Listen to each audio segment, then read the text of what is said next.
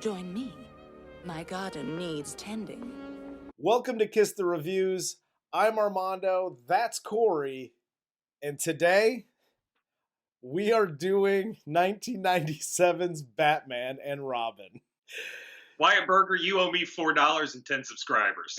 That's So, all I'm saying. I'm going to slip into your DMs, bro, and tell you where to send my money, and you know where to send the subscribers.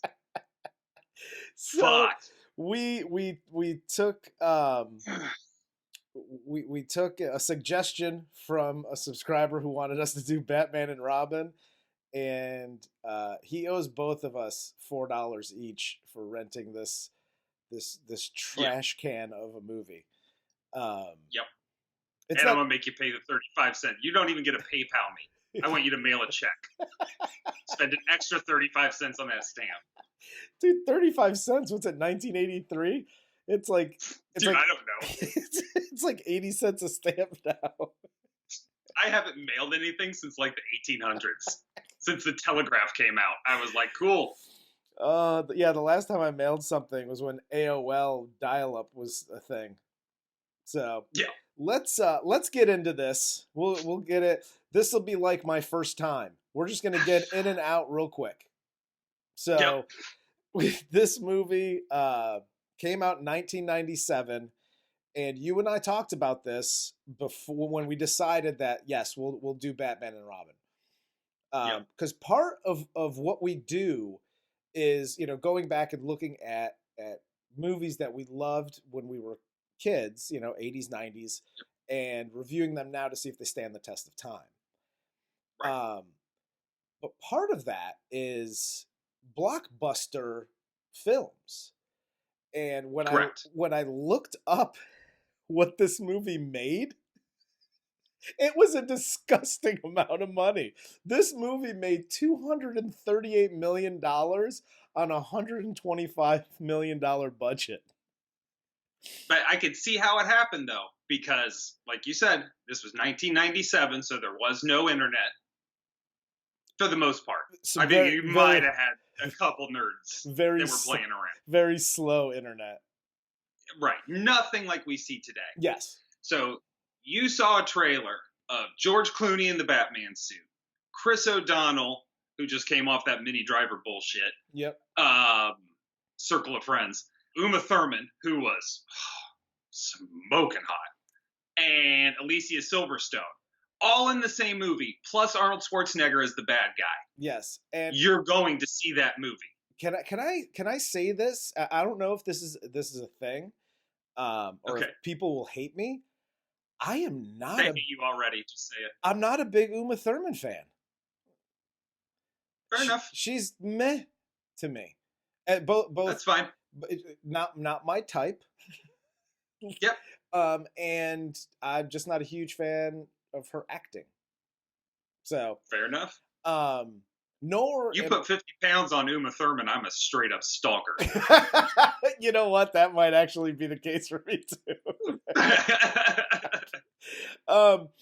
But this is the first thing I noticed. So first impressions. This movie. Mm-hmm. Because you had the first is Tim Burton Batman, and that in its time was phenomenal, and everybody loved it and whatever. And then the subsequent Batmen were, it just became more and more of a cash grab until you got to this piece of shit. So yeah, it became like the movie with like the It guy in Hollywood. Yeah. That was the role he would take. Yes. It's almost like how like the It girl kind of takes the horror movie. Yep. The big budget horror movie. So that's what the franchise became. Absolutely. Jeez. And so this was obviously a cash grab.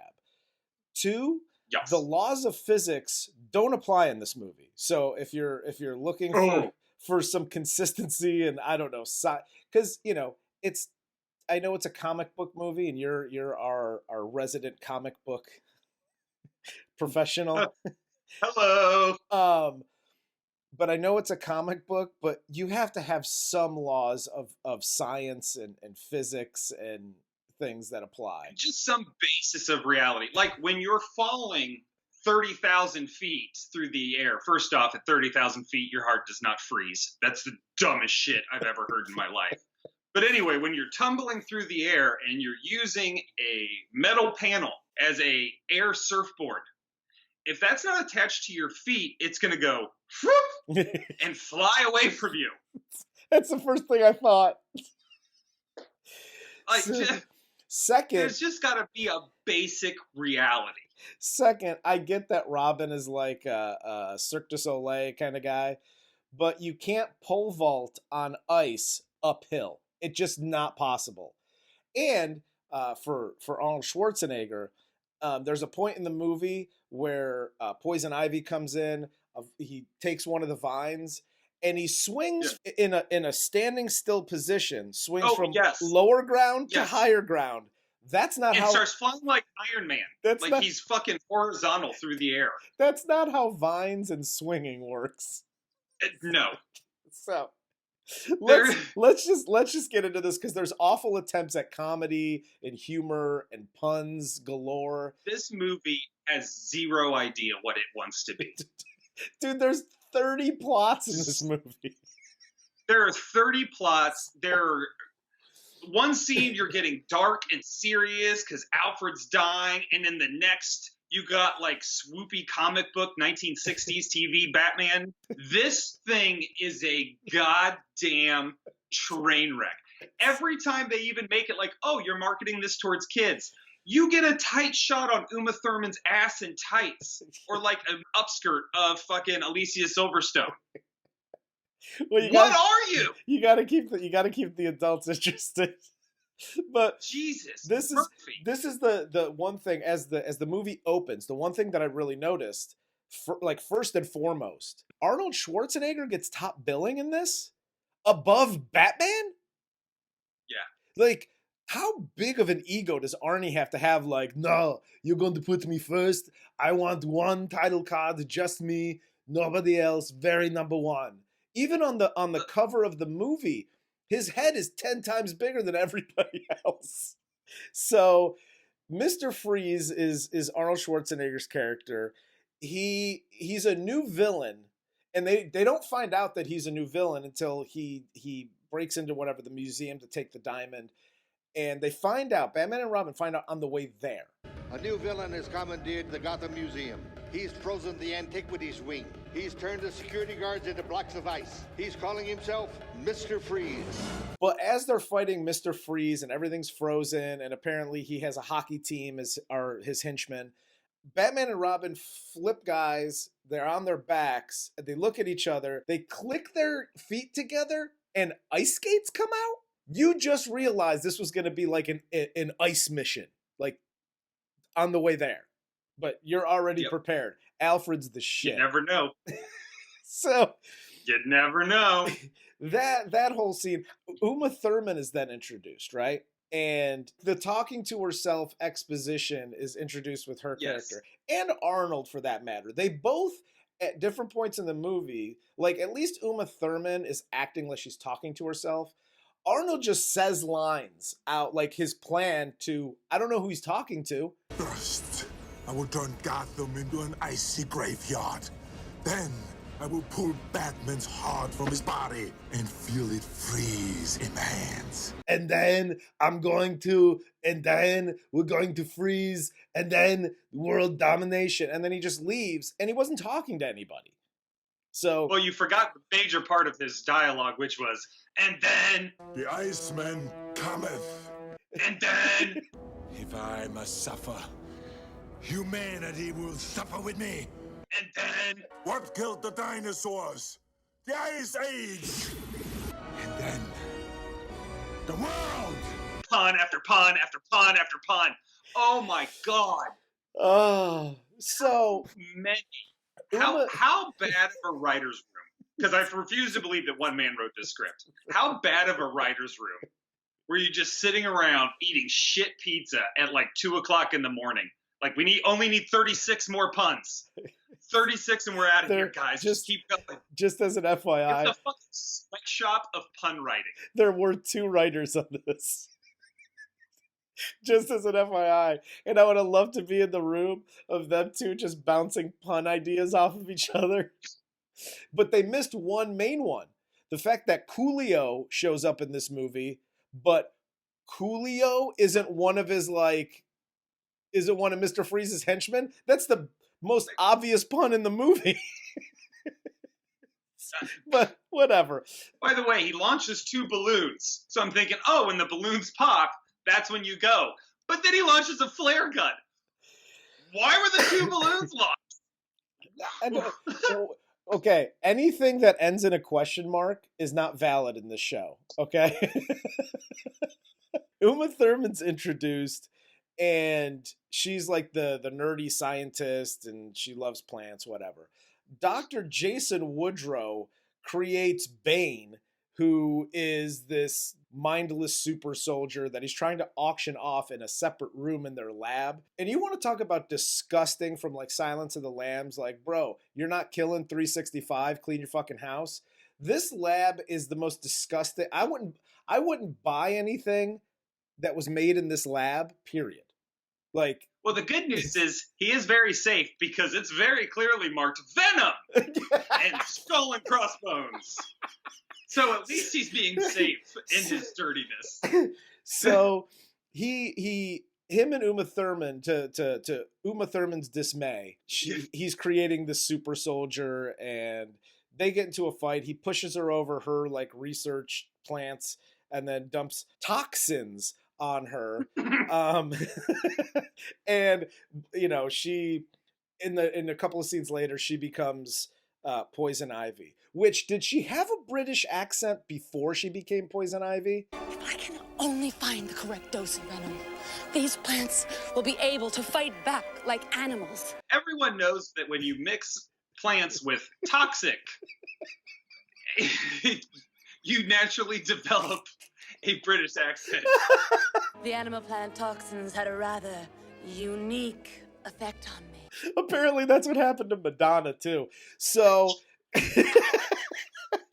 one of my notes on this was she is the original annoying vegan. Like that's her role. That's her role through the whole movie. Like she has a plan to save the earth in which you just let millions of people die from starvation and disease. Acceptable losses in the battle to save the planet. Fuck you, vegan. Get your ass back to the fucking farmer's market. Go eat a goddamn carrot and get out of my face. So right. It cuts to the Mr. Freeze exposition by Batman. After his wife contracted a rare disease, McGregor's syndrome, he hoped to freeze her in a cryogenic sleep until he could find a cure. Now, here's where everything goes north. Here's the thing. All my notes are like very random and scattered, just like this movie. Because the next note I have is that does Mr. Freeze's hideout have a giant neon sign hanging outside of it? Okay. So, but they don't know where he is? Sure. Cool. No. Enter Alicia Silverstone. Speaking of the original vegan. who plays Barbara Wilson, which is Alfred's niece. Alfred's who plays, let's be serious. Her real character name was Lustful Sex Object, number 1. Yes. Let's make plastic boobs for this one. Cool. By the way, why didn't she get nipples? Hashtag equal rights. So what I loved about this movie, because I did love one thing, and it was Uma Thurman, no British accent, toxic, British accent. Alicia Silverstone was born and raised in England, goes to private school in England. She just got basically off the plane and is at Bruce Wayne's house. No British accent. The new computer sciences division. It was almost like, well, we need a British person, but we need a famous person. Alicia, can you do a British accent? I'm not doing that shit. Cool. We're good with that. Let's roll. Let's go. The reason she perfected her American accent, and that's why her mouth is all bajiggity throughout the whole fucking thing. That's how she has to keep the American accent. If she just formed straight lips, it would be straight Brit. So Bruce throws this gala as a trap for Mr. Freeze. and where he's going to be auctioning off prized diamonds. But it's not really an auction. They say they're on loan. I don't want to get into the weeds on this one. Let's just keep it fucking skin level. We'll just keep it there. We'll call script writing, editing, directing, and the idea just to make this movie, cocaine is a hell of a drug, and move on. And so he is auctioning prized diamonds to raise money so that Mr. Freeze shows up. Poison Ivy crashes the party in a gorilla suit. Cool. It just starts doing her little Chippendales dance in a gorilla suit. And everyone, even before she blows her honeypot dust, everyone is just like, what? That's dope. Yeah. They're bidding on women, right? And then they all start bidding on her. $50,000 for Poison Ivy. And I'm in $500,000. This is part of the scene that really pissed me off. Like, it's not enough that you went overboard with this movie, okay? I get it's a cash grab. You don't gotta fucking flaunt it in my face. Because Poison Ivy gets up on stage, blows her, her pussy flakes in their faces, and then they're like, ooh, I'm so in love, right? They're arguing and bidding on her now. Robin's using Batman's money. $2 million. You don't have it. $3 million. I'll borrow it from you. $4 million. Which, Robin, you might as well just tell everybody, hey, Batman's Bruce Wayne, you shithole. Because he's like, yeah, I'm using your money. I didn't know Batman was rich. $2 million. You can't afford it. I'll borrow it from you. Hey, fuckface, how about some discretion? We're wearing masks. So it gets to the point where he bids, I don't know how much money he bids, but then he pulls out his goth card, Batman credit card, and it literally makes a noise. $7 million. He literally says, never leave the cave without it. Never leave the cave without it. Fuck you. And don't fuck you, Visa, for putting up the money to do this. Fuck you, movie studio, for taking the money to do this. The shitty part is, okay, this is the scene where Mr. Freeze uses the vine to defy the laws of physics and gravity and all that stuff. Let me guess. Plant Girl? Your whole dialogue is puns, and the best thing you can come up with is Plant Girl. Yes. So after this, they chase Arnold out of there, and again, they're driving down statues and shit, and I don't fucking get it, but whatever. Batman catches Mr. Freeze, okay? And we don't see it. We see Batman entering the windshield, hard cut to Batman with the cape. He opens it up, Mr. Freeze is on the ground, it looks like he's in a coma, and he goes to jail. This is why I said it cost $125 million to make. They spent $120 million on the actors in this because they're all big ticket actors, and they had $5 million to actually shoot and do everything else in this movie, because that's why you get scenes like that. Yep. That's the only explanation for this. Here's the other thing. You have all the technology in the world, right? In said Batcave. It can't do simple facial recognition to realize that Poison Ivy, because they keep looking at her on the screens and they're like, who are you? They can't stop thinking about that puss either. So that's the other plot in this movie. Her honeypot dust is strong AF. She blows her puss flakes in their face, and they can't get enough. So.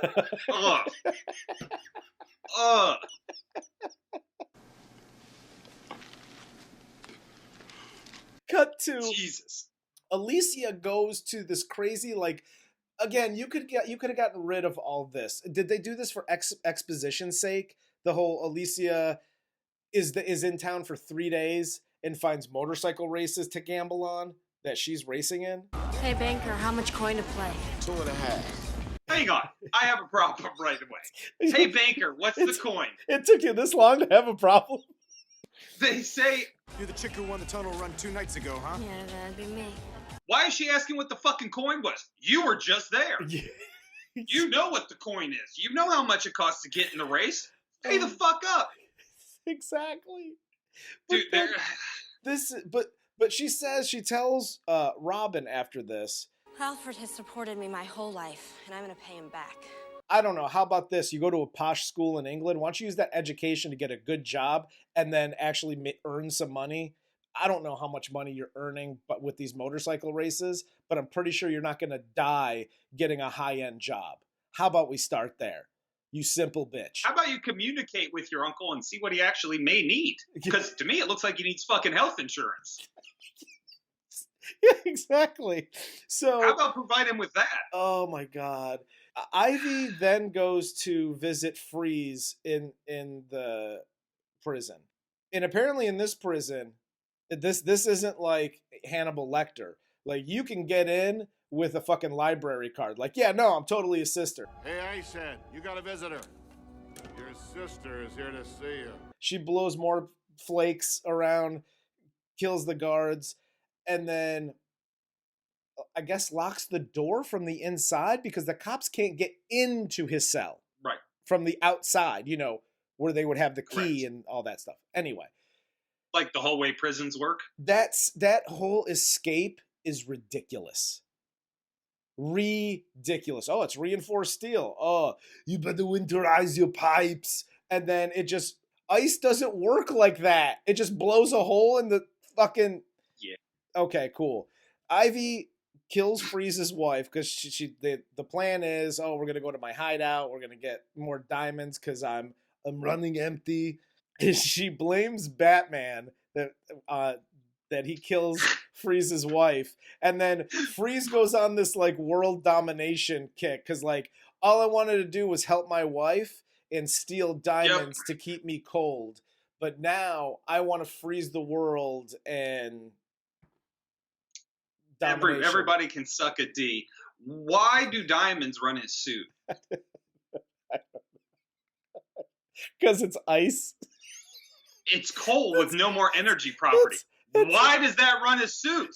The only answer I have for you because it's ice is that diamonds have the street name of ice. Ice. Yeah. Breaking news on CNN. 37 rappers died today after Mr. Freeze stole their ice in an attempt to power his suit. All I know is that I'm a scientist and they call this ice and my suit's ice and I'm ice. So, and then Alfred's dying. We know he's dying. They set this up in a couple of scenes because he has the McGregor disease. What's the disease called? McGregor syndrome. He has the same disease as Arnold's wife, and he's like dying in bed, but it's stage 1. It's stage 1 of McGregor syndrome. Sorry. That's not how diseases work either, bro. I'm just telling you. Isn't. If it might be stage 4. Can we call it stage 4? No, because the writers didn't even check a fucking... I know it was 1997, internet was slow back then, but you couldn't check one medical handbook. Introducing Jeeves, the world's first internet butler. Just type in your question and he promptly finds the answer. They have dude, I'll tell you what right now, Bruce Wayne's like Donald Trump. Like, he's at more galas in this movie. His life is busting heads, attending galas. That's it. Out busting heads, back at attending galas. So Bruce finally just accidentally notices that Dr. Isley is Poison Ivy because he sees her, again, accidentally blowing flakes in the police chief's face at another gala. Freeze goes to the observatory because apparently everything in Gotham is powered by diamonds. So this whole thing from the original observatory scene, this telescope, this high-powered telescope powered by hundreds of giant diamonds. And Arnold has the idea, like, dude, I'm going to go there. I'm going to turn the telescope into a cannon, an ice cannon. Ice cannon. And freeze the world? Dope. Let's do that. This is such Bullshit. Wyatt Burger. This is bullshit. Oh, so we cut to after this, Alicia Silverstone breaks into the Batcave because she figures out passwords, whatever, plot points. She finds like the Alfred Max Headroom video in the Batcave. And created a virtual simulation. Talking to myself. It's obviously a stolen Max Headroom like shot. That's what they're doing. But Max Headroom was like 15 years before this movie came out. Yeah. Like, cool. Let's go with outdated shit too. Well, the computer was a lot better until they had to start using the technology to cure diseases. Until they had to cure Flugenhofen disease. Speaking of which, this fucking movie should have been called Batman vs. Parkinson's disease, because George Clooney's non-fucking verbal acting this whole time is this. He's just shaking every time he's not speaking. Yes. And I'm not making light of Parkinson's disease, but what the fuck, Batman? Damn, could that man pull off a turtleneck? Oh, goddamn. I know, right? But in this... Yes, he can. In this video, Alicia is talking to, fake Alfred, and he says in the video, I expected you might find your way down here, child. So, designed a Batgirl suit for you. Why don't you go try it on and let's go fight fucking crime? One with the tit cones. Sweet cheeks. What? So your uncle designed the tit cone costume? Awesome. Let me tell you, I have a shitload of nieces. I have a shitload of female cousins. I couldn't tell you, even in a remote ballpark, what any of their fucking bra sizes are. You nasty, Alfred. You nasty. You're so nasty. You nasty. So... You're on that Pornhub shit. So Robin goes to Ivy, lets her kiss him, but he's got rubber lips. Rubber lips are immune to your charms. Fuck you, movie. Okay? And peels him off like, yeah, you can't kill me because rubber lips and things. Enter Batman. He gets tangled up in some ivy. Robin gets thrown into a pond and gets attacked by frogs or whatever the fuck's happening to him. Enter Batgirl in one of the worst superhero fight scenes of all time. Yeah, it's pretty bad. It's terrible. And can we edit, even if she did it during the movie, like during the shoot, can we edit out the fucking hi-yas?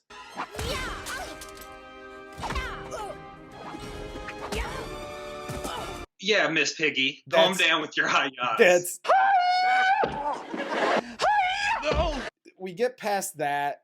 Freeze starts freezing Gotham and is, eventually going to freeze the world. Everything is 11 minutes. Why is everything 11? We have 11 minutes early in the movie. Commissioner, you have 11 minutes to thaw these people. And then now he's driving to go catch Mr. Freeze and he's like... We have less than 11 minutes to thaw the city. The last fight scene, I'm not even going to go over it. It was terrible. They have these little laser pointers that they're trying to de-ice the thing because they're going to reflect the sun off of satellites and things and stuff and melt and yay. So they do all that in this whole fight scene. They get that done. And I'm sorry, this isn't how the sun works either. Mr. Freeze puts everything under about 4 inches of ice. Yep. The sun is shining because, it's midnight in Gotham, so you can't melt things. So they math and stuff and then sun, right? And everything takes 3 seconds to melt. Everything. That's not how that works. Sorry, hate to tell you, but and if it does work that fast, you're burning everybody on the planet. Yes. I would also like to say that just because the sun goes down, our world doesn't immediately cool to 32 degrees. The temperatures vary based on the seasons and where the world is. That's why the sun is technically always out. I don't think we have to explain it, but apparently we fucking do to these two writers. Just to these two guys. Yeah, these two writers of this shit butt movie. So here's a quick physics lesson. My note that is physics. My note that I wrote on here just says unfreezes Gotham, not science. And then they get the cure for Alfred because Arnold just randomly has it on his arm, like, yeah, take these two, call me in the morning. Take 2 of these and call me in the morning. Had to get one last one fucking in, didn't you? No, because there's another one at the very end when he goes to prison. Prepare for a bitter harvest. Winter has come at last. Put 2 fucking bullets in this dude's head and let's call it a day. That would be a more exciting ending to this piece of shit movie. Can we just do that? Yes, or just stick them outside when the sun comes up. This movie, I'm not even going to ask you, but I mean, I'll do it for, the show's sake. Does it stand the test of time, Sir Corey?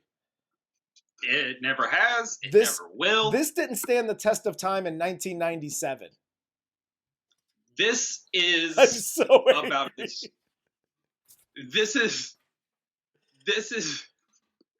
I don't even know how to describe it. Like, how to sum it up. It's an abortion of a fucking movie, is what it is. It really is. It really is. It is the afterbirth of Hollywood. And on that note, that's a no for me too. Does not stand the test of time. Oh, yeah. On that note, I will tell you to like, subscribe, comment. Wyatt, who requested us do this movie, you owe us 100 subscribers, period. Because I can't get back that 2 hours of my life. No, and please, this is not free anywhere, so even as a goof, don't smoke the devil's lettuce and then try and watch this and laugh, because you're going to have to pay for it, and it's not worth it, and I don't think Wyatt's sending anybody money but us. So it works. So for Corey, I'm Armando. This is Kiss the Reviews, and this was 1997's Batman and Robin. Well, look at you. Let me guess. Blind girl?